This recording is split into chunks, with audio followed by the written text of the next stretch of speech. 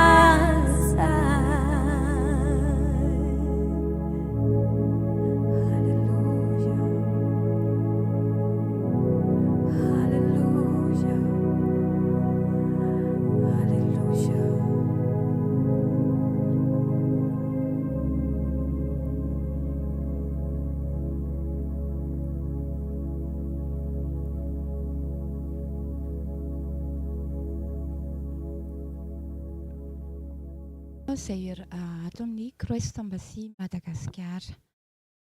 Voalohany indrindra aloha dia lahin'Andriamanitra. Mankasitraka ny lahin'Andriamanitra. Pasteur Chris Wakilome izay nanaiky ny antony izao ministera izao. Mankasitraka ihany koa ny lehibe izay aty amin'ny zaona misy dia aty amin'ny pasteur pasteur journal, pasteur lehibe atsika eto Madagasikara.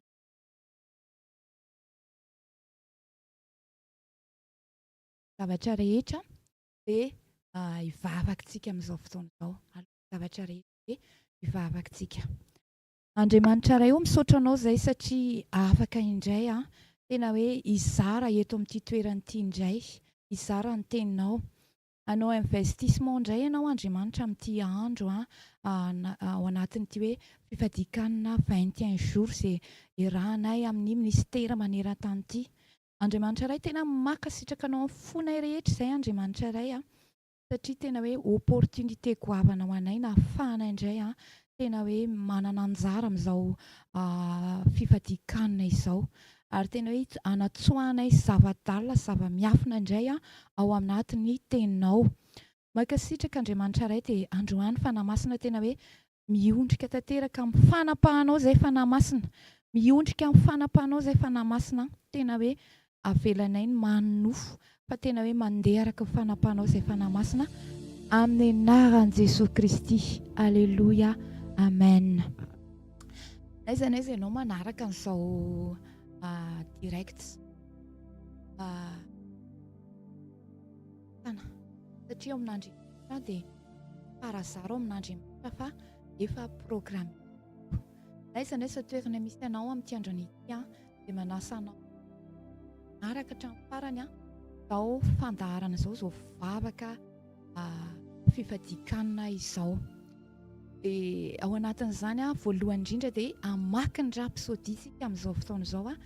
Rapsody moa dia andiana teny na hoe dévotion dia nisoratany lehilahin'Andriamanitra pasteur Chris Wakilome izay mifono zava-miafina, zava-dalina ao amin'ny tenin'Andriamanitra. Dia hovakitsika ny androany asabotsy 10 janvier. Alléluia. Ozy izy ny tenin'Andriamanitra hoe ny teny izay miasa ao anatinao. Tiako ianao hiteny ny teny dia miasa ato anatiko. Dia nalainy lehilahin'Andriamanitra pasteur Chris izy ao amin'ny Hébreu 4:12 hoe fa velona sy mahery ny tenin'Andriamanitra ka maranitra noho ny sabatra roa lela. Alléluia. Ozy izy hoe maranitra noho ny sabatra roa lela. Tenin'Andriamanitra izany hoe dia lazaina tahaka ny sabatra roa lela. Alléluia. Dia zarazarain'ny lehilahin'Andriamanitra eto ilay izy hoe velona sy miasa ny tenin'Andriamanitra, manana hery manova. Tiako ianao raha any an-trano ianao manaraka amin'izao fotoana izao dia hoe hiteny hoe manana hery manova ny tenin'Andriamanitra. Tenin'olona ary misy impact maika fa ny tenin'Andriamanitra. Dia ozy izy hoe ninona ary naiza na iza rehefa mandray ny teny eo am-ponao ianao dia mamokatra araka izay ambarana izy. Izy tsy miteny hoe izay maheno fa ozy izy hoe mandray ao am-pony tenin'Andriamanitra. Izany hoe tsy ampy ilay maheno fa mila latsaka ao anatin'ny fonao ny tenin'Andriamanitra. Alléluia. Dia ozy izy hoe rehefa mandray teny eo am-ponao ianao dia mamokatra araka izay ambarana izy. Manasitrana ozy izy, manova fisainana ozy izy, mamokatra fanambinana ary mahatonga anao handeha amin'ny fahandresena. Ozy hoe miasa ny teny rehefa raisina sy ampiarina, efa voalahatra mokatra vokatra ho an'izay mandray azy amin'ny finoana. Izany hoe ny tenin'Andriamanitra dia raisina amin'ny finoana. Dia toy izany lehilahin'Andriamanitra izy eto ambany eto hoe izany ozy izy izany antony andidinantsika ho mpakatoy ny teny fa tsy ho mpiainy fotsiny ihany. Tsara ny miainy tenin'Andriamanitra ozy hoe mpakatoy ny teny. Ary rehefa manao étude biblique ianao ilay mpakatoy dia tena hoe manao ny teny, tena manao ny teny. Izay izany ny hevitra izy. Toy izay aoko mpakatoy ny teny ianareo fa aza miainy fotsiny. Izay mandinika ny lalàna tanteraka ozy izy dia ny lalàna fanafahana ka maharitra amin'izany raha tsy mpiainy manadino fa mpanao ny asa dia ho sambatra amin'izany asan'izany asan'izany olona izany. Ianao izany olona izany. Jakoba 1:22-25 misy an'izany. Ny fitahiana ozy izy dia avy amin'ny fankatoavana ny teny. Halleloja. Tsy hoe rehefa maheno ny teny ianao dia tahiana. Ozy raha mankatoa ny teny ianao dia tahiana. Halleloja. Tsy ampy fotsiny mandre, tsy maintsy mino ianao ary manambara izany sy mihetsika amin'izany. Halleloja. Dia mbola toy izany lehilahin'Andriamanitra ilay izy hoe rehefa mamaly ny teny ianao izy araka ny tokony ho izy ianao dia mamaka ao anatin'ny fanahinao izany. Halleloja. Dia ozy izy manjaka amin'ny eritreritrao sy ny fihetsikao ary mandresy amin'ny toe-javatra iainanao. Saintsainy ny teny ho toy ny vovelona. Halleloja. Izany hoe saintsainy ny teny, saintsainy ho toy ny vovelona ozy izy. Raha vao ambolena ao amin'ny fo mahay mandray dia mitombo sy mamokatra vokatry ny fahamarinana, fahasalamana, fahombiazana. Izany ozy izy mazava-dehibe ny fisaintsainana ny tenin'Andriamanitra. Tsy ampy fotsiny maheno teny fa mila saintsaina. Dia eo ambanin'ny écran eo moa misy numéro téléphone afaka manontany raha te azo fanazavana misimisy kokoa ny amin'ny tenin'Andriamanitra sy zaraintsika eto. Io izay ny teny ozy izy ifindra avy amin'ny lohanao makany amin'ny fonao na hoe fanahinao. Avy amin'ny loha izy ilay teny dia makany amin'ny fonao. Ao izy lasa zava-misy velona mifeny fiainanao, manetsika ny hery mamorona ao aminao. Tsarovo izy fa ny teny namoronana sy manohana izao zavatra rehetra izao. Halleloja. Araka ny Jean 1:1-3 ozy izy hoe tamin'ny voalohany ny teny dia tao amin'Andriamanitra. Izy nariana ny zavatra rehetra ozy izy. Ary raha tsy nisy azy dia tsy nisy nariana izao zavatra rehetra izao na dia iray ary. Rehefa mandinika n'io Jean 1:1 io ianao dia izay ny teny. Tamin'ny voalohany ny teny dia tao amin'Andriamanitra ary ny teny dia Andriamanitra. Io teny io izany dia Andriamanitra. Za zao hitanao eto. Fa ny teniko za dia iray ihany. Exact ohatran'izay koa hoe tenin'Andriamanitra sy Andriamanitra dia iray ihany. Amen. Izy izy hoe ny teny ozy izy namoronana ny zavatra rehetra. Izy izy koa amin'ny Hébreu 1:3 dia milaza amintsika fa Andriamanitra no miazona ny zavatra rehetra amin'ny herin'ny teniny. Ireo zavatra rehetrarehetra misy eto ambonin'ny tany izao dia tazomin'Andriamanitra amin'ny herin'ny teniny. Ny herin'ny teninao ary misy fiantraikany maika fa ny herin'ny tenin'Andriamanitra. Halleloja. Ozy noho izany ny teny ozy izy dia afaka ary azo anorenana amin'ny fiainanao sy no avinao raha omenao lohalaharana ao amin'ny fiainanao. Izany hoe ataonao prioritaire zany eo amin'ny fiainanao ny tenin'Andriamanitra. Iny ny tena hoe manao ny teny ianao, miaina ny teny ianao, mankatoa ny teny ianao. Dia ozy izy hoe mampaharitra ny fahombiazanao, fanambinana anao izany ary miazona anao amin'ny fandresena mandrakariva. Tan'Andriamanitra ho anao izany dia hoe mpandresy ianao, victime ianao fa victoire. Halleloja. Dia ozy izy hoe mandresy mandrakariva ianao. Ny salamo salamo voalohany andiny voalohany ka hatramin'ny fahatelo dia milaza tsara izay mitranga rehefa mankatoa ny teny ianao. Dia inona ozy izy rehefa mankatoa ny teny ianao? Tahaka ny hazo ambolena amoron'ny rano ianao dia mamoa amin'ny fotoanany. Amin'ny fotoana izany ianao misy tenin'Andriamanitra ao amin'ny fonao na hoe ao amin'ny fanahinao dia mamoa ianao. Fotoana moazanao amin'ity androny ity. Fotoana moazanao amaritanao no avinao amin'ity 2026 ity izao afatra izao. Ozy mamoa ianao amin'ny fotoanany, mamoa fony ianao ozy izy. Voata mandrakariva ianao sady ambinina. Isaorana ny Andriamanitra. Halleloja. Izany ny vitan'ny tenin'Andriamanitra. Halleloja. Ozy mamoa ianao amin'ny fotoana ary ny asanao rehetra lavrary. Hainao izany asanao lavrary izany tena hoe zava-dehibe noentin'ny tenin'Andriamanitra. Araka ny teny lehilahin'Andriamanitra hoe okanao tsy hivoaka ny tranonao tsy misy tenin'Andriamanitra. Fa zava-doza izany hoe tsy manana teny ianao entina mamakivaky ny andro. Halleloja. Ianao zao raha tsy eo ny telefoninanao dia ianao mihitsy hoe telefona tsy misaraka aminao satria iny ny fampiantsoanao mihoatra lavitra anao telefoninanao. Tenin'Andriamanitra mila misy teny tazomina. Raha resy lahatra amin'izany fampianarana lehilahin'Andriamanitra pasteur Christ izany ianao dia tiako merina izao vavaka izao za miteny dia ianao mamerina. Ozy ray malalo velona ao anatiko ny teninao ary miasa amin'ny vatako, amin'ny saiko ary amin'ny fanahiko. Mamokatra fahasalamana sy fahendrena ary fahombiazana avy amin'Andriamanitra. Mivelona amin'ny teny aho ary izany manosika amin'ny lalan'ny fitahiana. Tsy misy fetra. Hainao izany hoe tsy misy fetra. Fitahiana tsy misy fetra. Illimité. Alléluia. Hoy ary voninahitra ary fahatsarana ankehitriny amin'ny anaran'i Jesosy Kristy. Alléluia. Amen. Tianao hiteny hoe amen. Dia ao anatin'ity rapsody amin'ny fahamarinana ity dia misy natao hoe fandalinana na hoe saintsaina na hoe améditer. Dia misy andin-teny azonao ho saintsaina arak'ilay fampianarana teo ato anatin'ity boky rapsody ity. Misy contact eo amin'ny écranay afaka miantso andreo ianao raha mila fanazavana fanampiny mikasika ny rapsody amin'ny fahamarinana. Minao fa tahiny ianao na tsapa zavatra ianao tao anatin'izay rapsody amin'ny fahamarinana izay, satria eto ny tenin'Andriamanitra dia miteny izy hoe ny tenin'Andriamanitra hozy izy dia sabatra roa lela. Dia misy koa ny tenin'Andriamanitra oharina tahaka ny kanonta, tenin'Andriamanitra oharina tahaka ny tantely, tenin'Andriamanitra oharina tahaka ny votsimetilo. Alléluia. Fa androany izy atao amin'ny rapsody amin'ny fahamarinana teo dia hoe tenin'Andriamanitra dia sabatra roa lela. Tenin'Andriamanitra raha tsy asianao feo, raha tsy asianao feo ny tenin'Andriamanitra tsy sabatra. Na ho fenoanao verset ary amin'ny rindrinanao, amin'ny tomobilanao, kanefa tsy asianao feo, tsy teneninao, sabatra ilay izy. Fa tonga ny ho sabatra dia mila teneninao ilay tenin'Andriamanitra, hiditra ao anatin'ny lohanao izy ilay fampianarana tao amin'ny rapsody teo, dia izay vao miditra avy ao amin'ny fanahinao.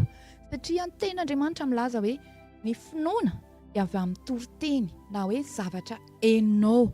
Izany mahatonga ny tenin'Andriamanitra mila asiantsika feo. Dia ny finoanao miakatra avy amin'ny zavatra heniny sofinao. Alléluia. Dia hiditra avy hatranintsika amin'izao fotoana izao amin'ny tenin'Andriamanitra fohifohy angalantsika hoe lesona tena hoe ho sabatra ny fanahinao. Ary ao aorianan'izao fampianarana fohifohy izao dia ampitsimbadika ambony ny fiainanao, ahatonganao hoe fa maninona izao vao nalala ny zavatra rehetrarehetra izany. Alléluia. Ovakitsika ary amin'izao fotoana izao fampianarana fohifohy mampafantatra ny identité anao ao amin'ny Kristy. Hozy izy hoe ovakitsika 1 John 5:4. Hozy izy hoe izay rehetra nateraka Andriamanitra dia maharaisy an'izao tontolo izao.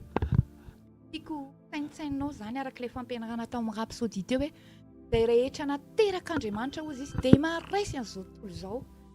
Inona moa ilay natao hoe nateraka Andriamanitra? Izany hoe efa nandray an'i Jesosy ianao, efa nateraka indray ianao, teraka ny dadanao sy mamanao aloha ianao, fa tonga anao ateraka indray satria Andriamanitra dia fanahy, ary efa miteraka anao Andriamanitra dia ao amin'ny fanahinao no aterany.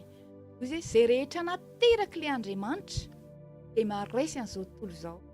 Dia maharaisy eo amin'ny teny grika dia hoe nikao, izany hoe raha dika ilay izy teny gasy dia hoe devo. Raha fitianiko izany izay teny izay ilay 1 John. Izay rehetra nateraka Andriamanitra dia maharaisy an'izao tontolo. Raha adikako izany dia hoe izay rehetra nandray an'i Jesosy dia manandevy sy manjanaka iza ilay zao problème entina ilay zavatra negativa. Ankehitriny ianao men'Andriamanitra raha mandray men'Andriamanitra anjanaka anandevo ny problème. Azanao izany ny identité ao amin'ny Kristy. Hainao izany manjanaka, atao hoe manjanaka dia tsy afaka manao izay tian'ilay firenena zanana fa izay tian'ilay mpanjanaka. Ka amin'ny fotoana koa ianao mandray an'i Jesosy, ianao mamaritra ny titanga, tsy afaka manao ny fahavalo, tsy afaka manao inona ny aretina. Favany ianao anjanaka. anandevo ny zao tontolo zao problème enina anitao aza hoe asa de amin'ny vava saina de izy ianao ao amin'ny Kristy. Zanaky ny akoho dia akoho zanaky saka ary raha zanak'Andriamanitra inona zany Andriamanitra ianao ka ho zanak'Andriamanitra fa zanak'Andriamanitra automatique ary maboaka natioranao ao amin'any raha nateraka de natiora tatanao de mahatonga teraka de lasa Andriamanitra ao amin'ny 2 Pétera 1:4 hoe fiombona natiora no zany natioran'Andriamanitra tena hoe be zany ianao tena hoe andeha amin'ny fiombona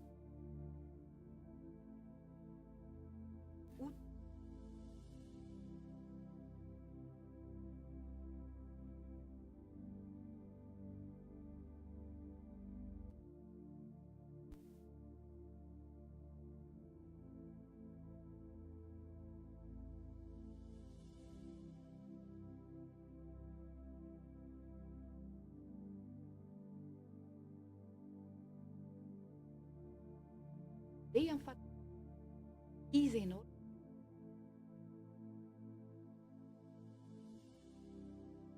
hoe izy ianao teraka manandeha zany hoe tsy manao sitrapony tsy mandeha itsika tsika fa mandeha amin'ny lazaina n'Andriamanitra. Alléluia. Alléluia, mandeha amin'ny direction tenin'Andriamanitra sika. Alléluia. Tiako tenenao anatin'izany hoe ianao no mamaritra ny tianao hitranga amin'ny fotoana ianao nandray an' Jesosy. Alléluia. Amin'ny fotoantsika mandray an' Jesosy ianao no mamaritra ny tianao hitranga fa tsy ny sasany. Ary hitanao ny zao tontolo zao dia hoarina tahaka amin'ny problème aretina. Raha ohatra ianao tenin'Andriamanitra, planin'Andriamanitra ho an'ireny problème ireny dia izy hoe vetivety foana.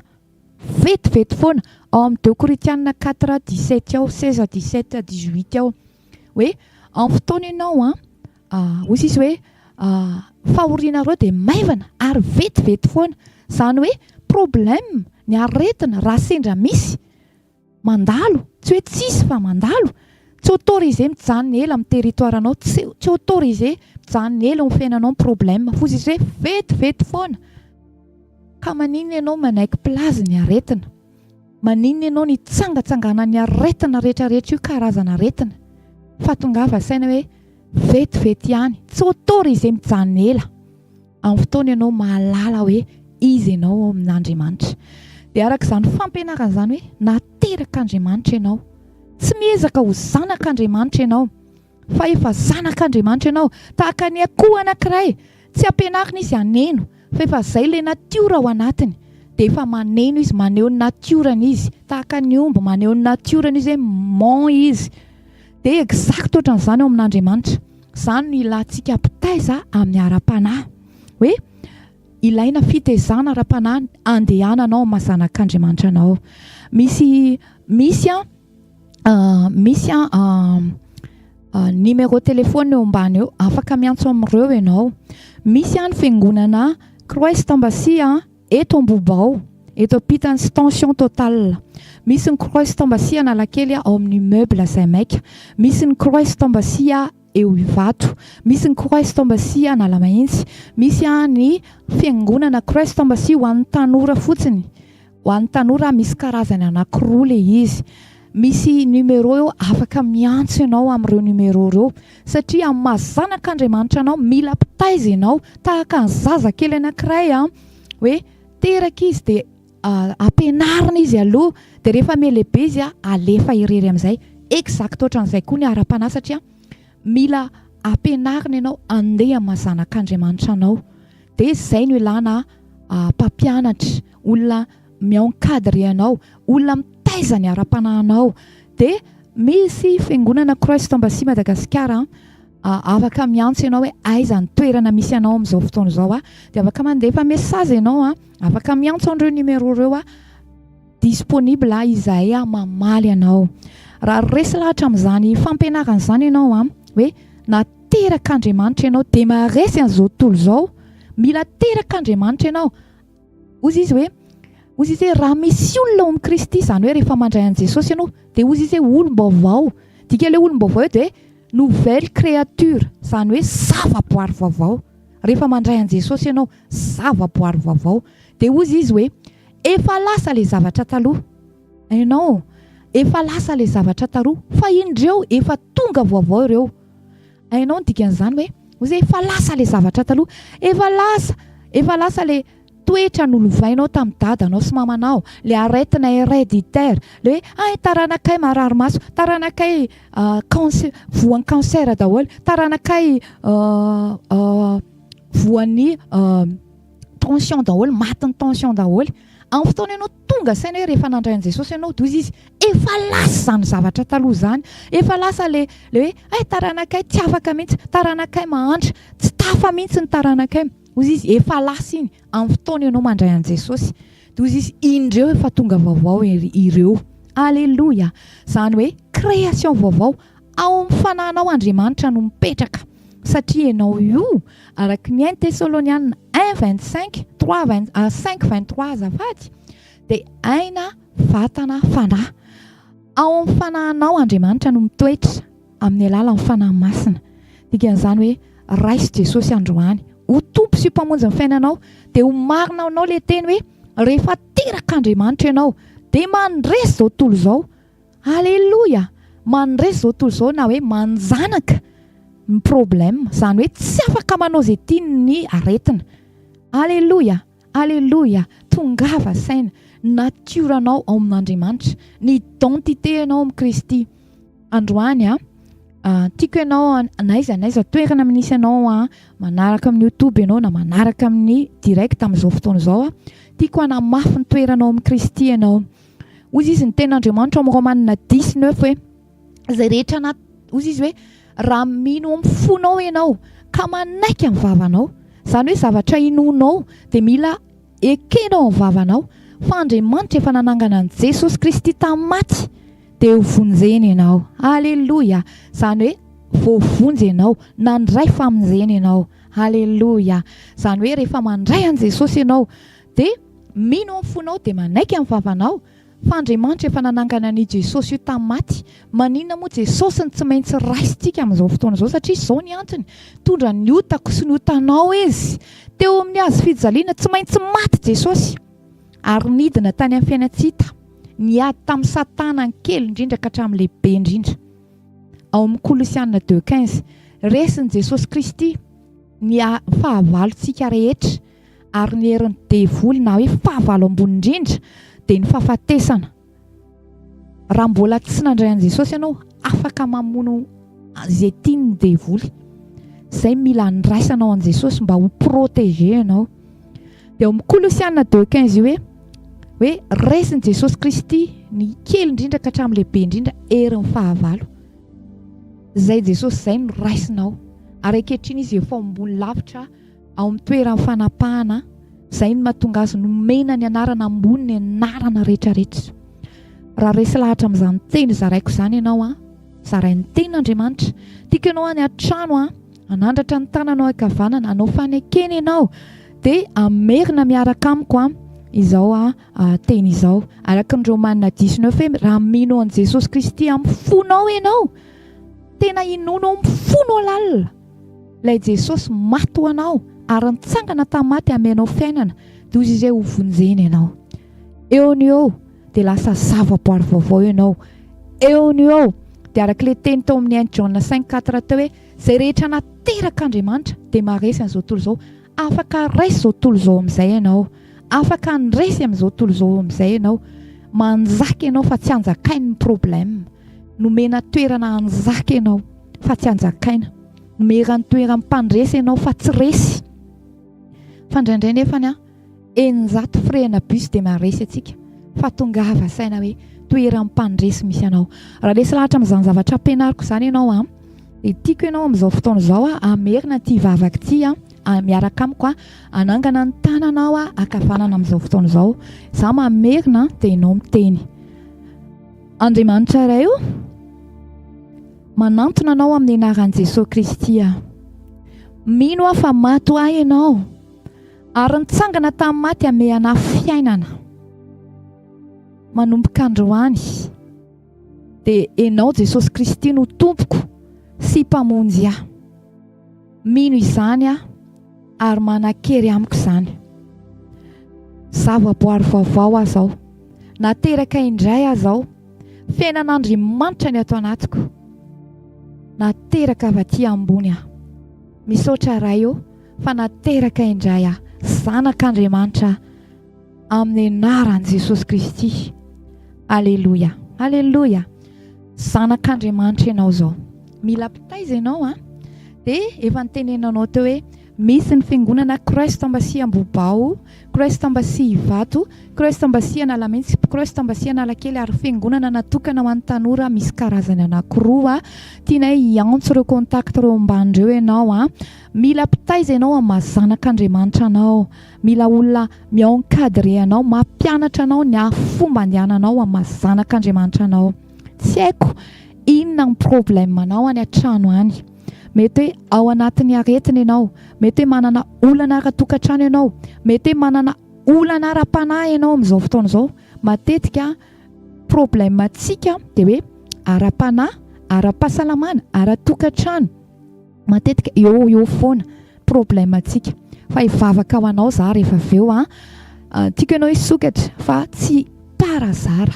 Tsy parazara izao anarahanao izao fandarana amin'ny vantana izao. Amen. Dia hivavaka ho anao rehefa avy eo hoe tsy haiko hoe inona ny zavatra sedrainao any an-tokantrano any. Fa tiako ianao andeha amin'ny fahatongavan-tsaina hoe zanak'Andriamanitra ianao izao. Tsy miezaka ho zanak'Andriamanitra ianao, fa efa zanak'Andriamanitra ianao. Création vaovao ianao, nouvelle créature ianao, le karazany hafa indrindra ianao. Hozy izy hoe naterak'Andriamanitra dia maraisy an'izao tontolo izao, manoatra no mpandresy. Victime malava ianao, fa victoire. Alleluia. Mandeha amin'izany fandresena izany noho ny vitan'i Jesosy, noho ny vitan'i Jesosy no ahatonga anao hiaina an'izany zavatra rehetrarehetra any. Vavaka ho anao izay any an-tokantrano amin'izao fotoana izao. Tsy haiko hoe inona ny zavatra lalovanao amin'izao fotoana izao fa hivavaka ho anao Alleluia. Be dia be zavatra mila takatra ao, ny identité anao amin'ny Kristy, mila pitaiza ianao ara-panahy. Fa amin'ny fotoana ianao tonga saina ny identité anao amin'ny Kristy. Hozy izy ianao hoe fa maninona izao vao mahalala an'izany. Izao ny fotoana an'Andriamanitra ho anao. Alleluia. Hivavaka ho anao amin'izao fotoana izao araka ny tenin'Andriamanitra hoe hozy izy hoe izay mivavaka amin'ny fanahy hozy izy dia tsy miteny amin'ny olona fa miteny amin'Andriamanitra mivantana. Araka ny 1 Thessaloniana 5:23 isika dia aina vatana fanahy. Rehefa mivavaka amin'ny fanahy ary anisany ato amin'izao ministera izao dia mivavaka amin'ny fanahy tena hoe izay mihitsy. Dia hozy izy ny fanahinao sy ny fanahin'Andriamanitra misy connexion. Alleluia. Hivavaka ho anao amin'izao fotoana izao tiako ianao naiza naiza toerana misy ianao, anaty fiara ianao, ao an-trano ianao. Tiako ianao tena hoe apetraka ao amin'ny fonao ny tananao na apetraka ao amin'ny lohanao ny tananao fa hivavaka ho anao amin'izao fotoana izao. Vavaka amin'izao fotoana izao tiako tena hoe hiazona an'izany tena hoe amin'ny fifatohana tanteraka ianao amin'izao fotoana izao. Vavaka ho anao amin'izao fotoana izao. Ninona mahazo anao na aretina io, ninona problème misy anao hivavaka ho anao amin'izao fotoana izao.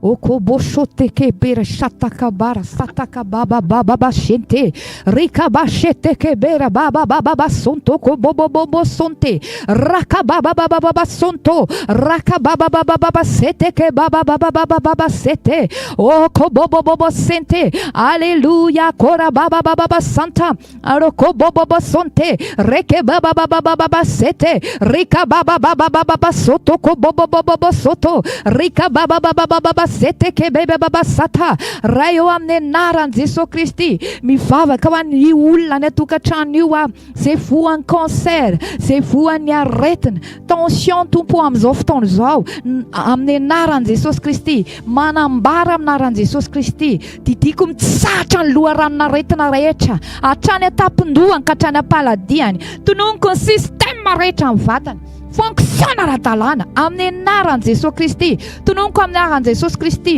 stable ny tosi-drany amin'ny anaran'i Jesosy Kristy, efa création vaovao reo amin'ny anaran'i Jesosy Kristy, ambarako ny tova rehetra, sistema rehetra amin'ny vatany hatramin'ny singa kely indrindra amin'ny vatany, dia ambarako fiainana ny ao, fiainana ao amin'ny vavoniny, fiainana hatrany an-tampon-doha ka hatrany am-paladiany amin'ny sistema rehetra amin'ny vatany, ao amin'ny rayany ao, ao amin'ny vavoniny ao, ao amin'ny tranonjazany ao amin'ny anaran'i Jesosy Kristy, hatramin'ny selulany, tononiko fiainana, tononiko libéré afana, tononiko fanasitranana amin'ny anaran'i Jesosy Kristy amin'ny vatany olona io zao dia zao, tononiko kasika manokana, tononiko fanendrena manokana, tononiko mitsahatra amin'ny fanaintainana, mihitina alevina ny fanaintaina, mitsahatra izany rofo rehetra izany amin'ny anaran'i Jesosy Kristy, amin'ny anaran'i Jesosy Kristy, amin'ny anaran'i Jesosy Kristy. Vavaka koa Andriamanitra ho an'ny olona io izay mandalo olana amin'izao fotoana izao, olana ara-tokantrano tompo, olana ara-tokantrano, olana ara-pitiavana, mahatonga azy misofrira, mahatonga azy tena hoe very hevitra androany Andriamanitra manona amin'ny anaran'i Jesosy Kristy. Aokany ositrao Andriamanitra anao fahagagana, aokany ositrao anafaka amin'izao fotoana izao, aokany ositrao irestore ny ara-panahiny, mety efa mandalo famainana izy Andriamanitra, fa tononiko amin'izao fotoana izao famelombelomana avy amin'ny ositra ny fanahy masina amin'ny anaran'i Jesosy Kristy, tononiko firehetana indray, tononiko fitsanganana indray, tononiko mitsangana indray ny rava, tononiko restauration totale amin'ny fiainam-pitiavana amin'ny ara-bolany Andriamanitra ray amin'ny anaran'i Jesosy Kristy. Ozoniko amin'izao fotoana izao fanahy fanitrana, ozoniko fanahy trosy ambarako Jesosy ny tompo sy mpamonjy azy, manona amin'ny anaran'i Jesosy, afana amin'ny trosy io izy amin'ny anaran'i Jesosy Kristy, efa Jesosy ny tompo sy mpamonjy azy, tsy manompotompo koa izy fa Jesosy Kristy no tompo sy mpamonjy azy, liberena izy amin'izao fotoana izao satria efa nateraka Andriamanitra amin'ny anaran'i Jesosy Kristy, manona amin'ny anaran'i Jesosy Kristy, tanan'olona misokatra ho azy, fon'olona misokatra ho azy, opportunité goavana ho azy amin'ny anaran'i Jesosy Kristy, manona tompo amin'izao fotoana izao, fahasoavana andehanandreo amin'ny fahitampitigoavana, faveur spécial ho azy ireo amin'ny anaran'i Jesosy Kristy, misokatra ho azy ny fon'olona, misokatra ho azy ny varavarana, misokatra ho azy ny vavahady, ary mihitatra amin'ny anaran'i Jesosy Kristy ny faritra anjakaina izy ireo amin'ny anaran'i Jesosy Kristy.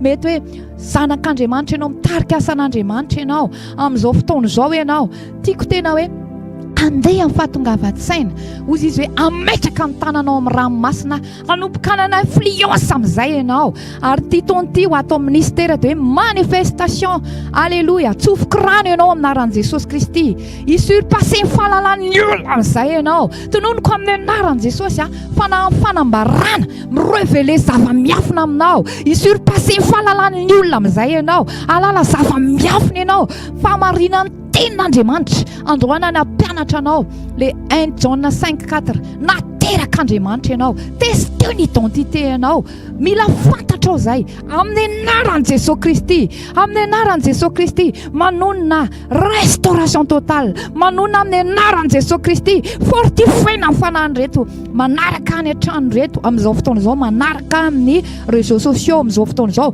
fortifena amin'ny fanahy, andray zavatra surnaturel izy ireo satria naterak'Andriamanitra, tononiko protection divine, tononiko manifestation, miasa ny fanahy masina, iresaka amin'ny avony fanazy ao anatiny ianao, fanahy masina araka ny avony ara-panahy amin'ny anaran'i Jesosy Kristy, amin'ny anaran'i Jesosy Kristy, tononiko fitrangana fiainana indray, tononiko restauration totale, tononiko tompo mitsangana ny efa rava amin'ny anaran'i Jesosy Kristy, tononiko hafanganam-pandeha mihoatra ny hafa amin'ny anaran'i Jesosy Kristy. Alleluia. Misaotra betsaka anao zay Andriamanitra ray, misaotra betsaka anao zay Andriamanitra ray, Alleluia. Amin'ny anaran'i Jesosy Kristy.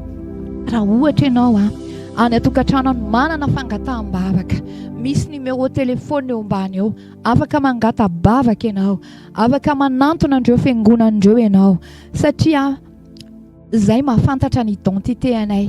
Alleluia.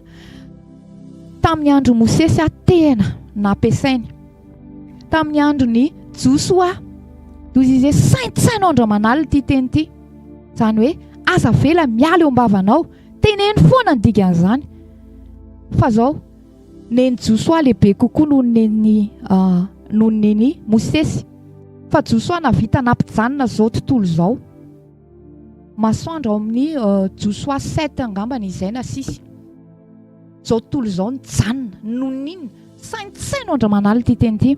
Dia nisy teny navotsitra teo, nisy teny nampianarina teo, saintsainao zany, aza vela hiala amin'ny vavanao, fa afaka andeha lavitra ianao, ny hoavinao tsara lavitra no manin'Andriamanitra anao. Ozy izy ny tenin'Andriamanitra hoe ny voafaritra ho anjaranao no anjarantsika zanak'Andriamanitra dia tany tsara sy mahafinaritra, izany hoe qualité sy valeur. Alleluia. Dia amarana koa azy dia ozy izy hoe nantsoina ho amin'ny voninahitra sy fahatsarana ianao. Alleluia. Natsoina ho amin'ny voninahitra sy fahatsarana ianao. Alleluia. Ao amin'ny 1 Peter 1:3 natsoina ho amin'ny voninahitra sy fahatsarana ianao. Mino fa namaly ny antson'Andriamanitra ianao androany. Valio izany antson'Andriamanitra izany. Alleluia. Dia makasitraka anao tiako ianao mbola raiky amin'ny 20 andro ity jeune ity hatramin'ny 25 janvier zao.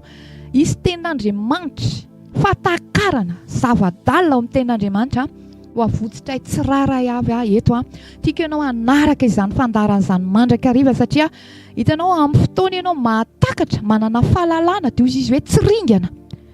Mety hatramin'izay ianao ringana satria tsy ampy ny fahalalanao, fa amin'izao fotoana izao ianao amin'ny fotoana ampy ny fahalalanao. Ozy izy ileo amin'ny Salamy 82:6 hoe amin'ny fotoana ianao mahazo an-tsaina hoe zanak'Andriamanitra ianao, Andriamanitra ianao, mila mandeha amin'ny fahatongavan-tsaina amin'ny teny hafa mola izy hoe aido, mandehana amin'ny fahatongavan-tsaina amin'izay hoe izy ianao, testeo ny identité ianao amin'Andriamanitra. Alleluia. Mino fa nandray zavatra ianao tany atokantrano tany androany ampiasao ny tehanao. Inona ny tehanao? Tenin'Andriamanitra. Le nitenena teo hoe sabatra roa lela. Misy Goliata mila kapainao, efa nikapaintsika izy teo, fa kapaina amin'ny alalan'inona? Amin'ny alalan'ny teny. Halleluia. Tsy Goliata na ny problème no défi fanan'Andriamanitra ao anatinao, fa androany tongava saina hoe izy ianao. Halleluia. Dia makasitraka anao manaraka anay tany atokantrano tany tiako mbola anaraka izao fandaharan'izao foana ianao isaky ny amin'ny 7 maraina anaraka mandrakariva ianao, satria izy zavatra be dia be hivoaka amin'izao direct izao mandritry ny 1 andro hatramin'ny 24 janvier. Dia hivavaka amarana izao fotoana izao, makasitraka anao nanaraka anay tianay be ianao tena hoe anaty fonay lalina faly izay ifandray aminao dia ireo ny contact afaka miantso anay ianao. Ndao tsika amarana izao fotoana izao tena hoe amin'ny fifaliana tanteraka aikaiza zanak'Andriamanitra, le espèce rare, le karazany hafa mihitsy, le création vaovao. Wow, zany ianao, karazany hafa mihitsy ianao, nouvelle créature ianao. Aoka ianao isaintsaina eny an-dalana eny, tsy mitovy amin'ny olona rehetra eny an-dalana ianao, fa zanak'Andriamanitra ianao. Vavaka tsika marana izao fotoana izao amin'ny anaran'i Jesosy Kristy raha io misaotra betsaka anao izay Andriamanitra ray, nanao investissement taminay ianao Andriamanitra androany, nampahafantatra ny identité anay ao amin'ny Kristy. Makasitraka betsaka anao Andriamanitra fa mandeha amin'ny fahatongavan-tsaina.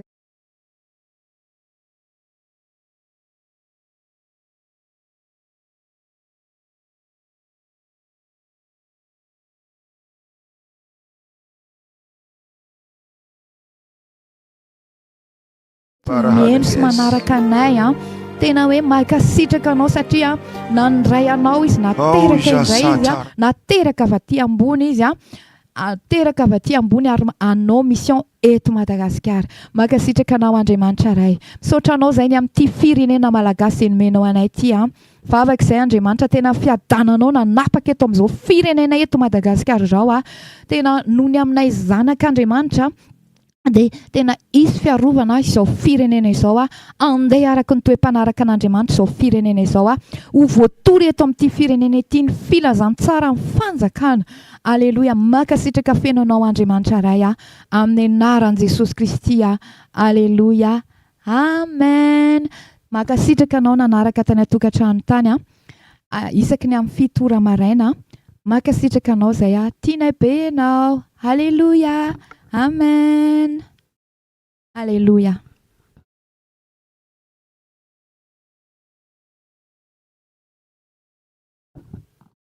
Parahanages.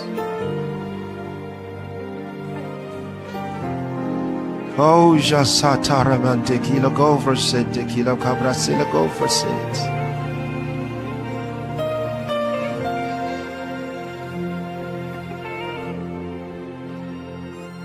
Our special blessings today on the nations of the world by the power of the Holy Ghost. Peace to the nations. Salvation to the nations. Righteousness to the nations. Healing to the nations by the power of the Holy Ghost. Prosperity to the nations. The power of the Holy Ghost.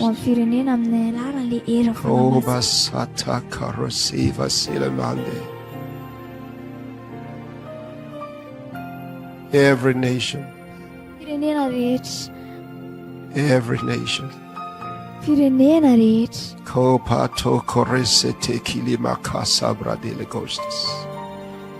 The blessings of God upon the nations and their leaders in the mighty name of the Lord Jesus. Wisdom to the leaders in the mighty name of the Lord Jesus.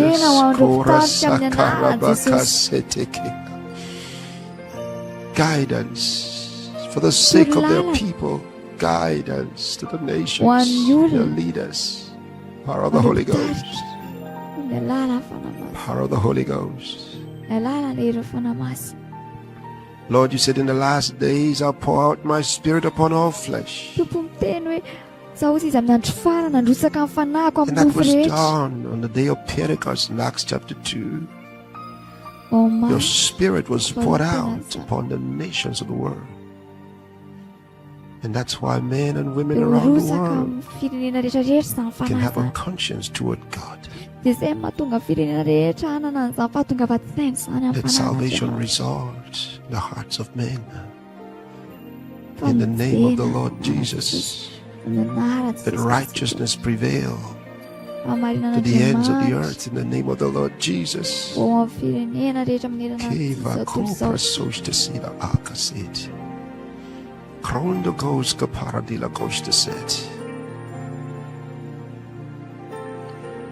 And now I pray for all of God's children around the world. I pray for your protection. I pray for your prosperity. In the name of the Lord Jesus. I pray for your preservation. In the mighty name of the Lord Jesus. To be guided by the Spirit of God. In all wisdom and prudence. By the power of the Spirit of God. In your going out and in your coming in. That none of your steps shall slide.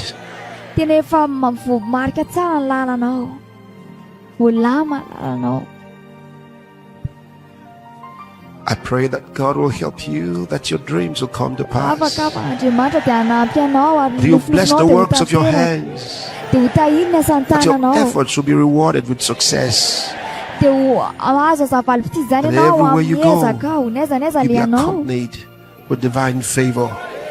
With the grace of God at work in your life. In the mighty name of the Lord Jesus. I pray for your health. Even from this moment, that no sickness or disease or infirmity will prevail in your body. And whatever sickness or infirmity you entered into this year with, I command that sickness to leave your body in the name of Jesus Christ. I command that disease to leave your body in the mighty name of the Lord Jesus Christ. That you be healed of every infirmity. That those symptoms will cease in your body.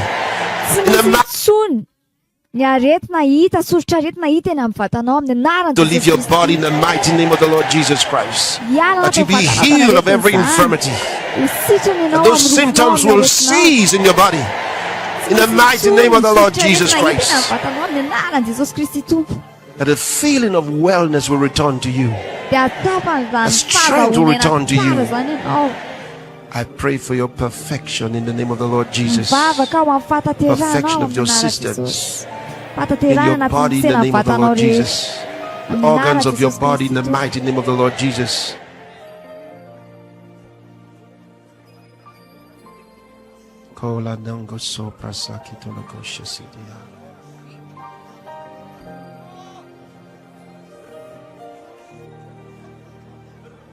For your business I pray. For your work I pray.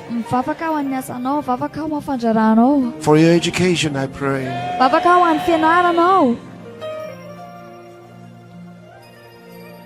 That you have success. That you have victories.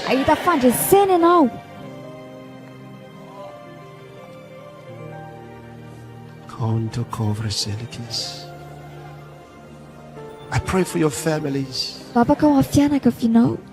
have peace and joy and unity in the mighty name of the Lord Jesus. And this year will be glorious for you. Glorious for you and your family. This year will be glorious for you. In the mighty name of the Lord Jesus.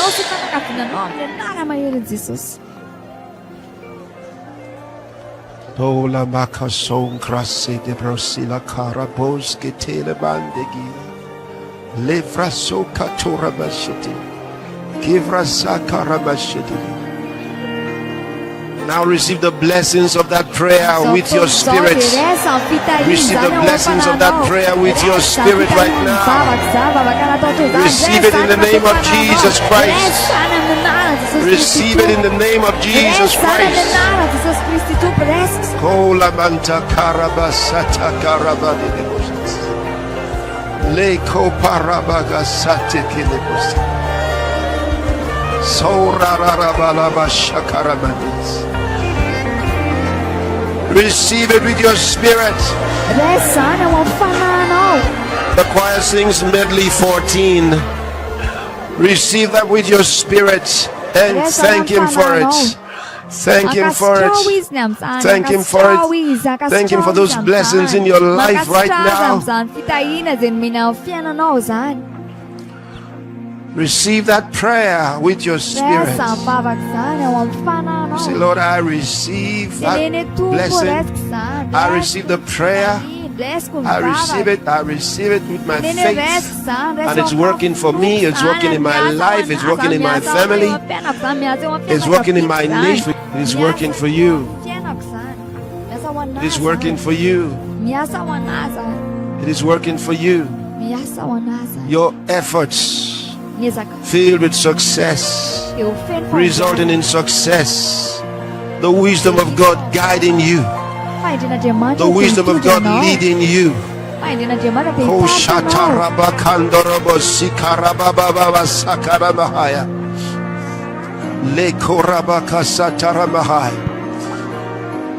With your faith, go ahead.